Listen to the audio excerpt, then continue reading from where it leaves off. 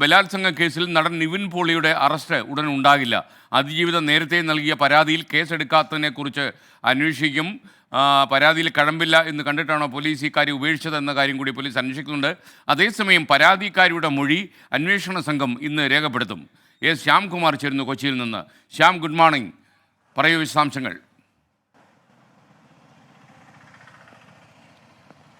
Good morning. Nivin പോളിക്കെതിരായ കേസിലും തിടുക്കപ്പെട്ട ഒരു അറസ്റ്റിലേക്ക് കടക്കേണ്ടതില്ല എന്നുള്ളതാണ് അന്വേഷണ സംഘത്തിന്റെ മീറ്റിംഗിൽ തീരുമാനിച്ചിരിക്കുന്നത്. ഇന്നലെ ഈ കേസിൽ എഫ്ഐആർ രജിസ്റ്റർ ചെയ്യുന്നതിന് മുൻപ് അന്വേഷണ സംഘം യോഗം ചേർന്നിരുന്നു.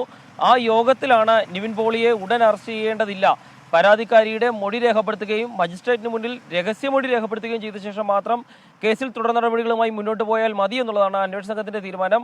അതിനിടയിൽ നിവിൻ പോളി കോടതിയെ സമീപിക്കുകയാണെങ്കിൽ കോടതിയുടെ കൂടി തീരുമാനം അറിഞ്ഞ ശേഷം ഇക്കാര്യത്തിൽ നടപടി മതി. കാരണം നേരത്തെ ഈ പരാതിയുമായി 2 മാസം മുൻപ് പരാതിക്കാരി ഊന്നുകൽ സ്റ്റേഷനിലെത്തിയപ്പോൾ അന്ന് ഈ കേസ് അന്വേഷിക്കുകയും ഇതിൽ കഴമ്പില്ല എന്ന് കണ്ട് കേസ് രജിസ്റ്റർ ചെയ്യാതിരിക്കുകയും ചെയ്തിരുന്നു. അന്ന് പക്ഷേ പീഡന പരാതിയിൽ പറഞ്ഞിരുന്നില്ല. അതിനുശേഷമാണ് നിവിൻ പോളി ഉൾപ്പെടെയുള്ളവർ ചേർന്ന് പീഡിപ്പിച്ചു എന്നുള്ള പരാതി വരികയും എഫ്ഐആർ രജിസ്റ്റർ ചെയ്യുകയും ചെയ്തത്.